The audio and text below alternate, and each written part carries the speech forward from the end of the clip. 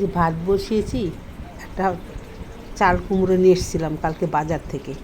আমাদের তো আর বাড়িতে গাছ নেই, গাছের চাল কুমড়া হলে ভালো হতো। চাল কুমড়াটা দেখে সেই ছোটোবেলার কথা মনে পড়লো। বাবা চাষ করতেন, এই চাল কুমড়া চাষ, অনেক সবজি চাষ করতেন। তখন মা রান্না করতেন, কি ভালো লাগতো, গাছের টাটকা সবজি। এই যে আমি ফোড়নে দিয়েছি তেজপাতা, শুকনো লঙ্কা আর গোটা জিরা। এই গোটা জিরাটা দিয়ে দিলাম। আমি মুগ ডাল ভেজে রেখেছি, আর চাল কুমড়াটা এই যে কুচি কুচি করে কেটে রেখেছি। তারপর এই যে ফোড়নটা ভাজা হয়ে গেলে আমি এবার চাল কুমড়াটাকে দিয়ে দেব। এই যে চাল কুমড়াটা দিয়ে দিলাম। তারপরে নুন হলুদ সব দিয়ে শুকনো লঙ্কা কাঁচা লঙ্কা দিয়ে ভাজা মুগ ডালটাকে দিয়ে দিলাম।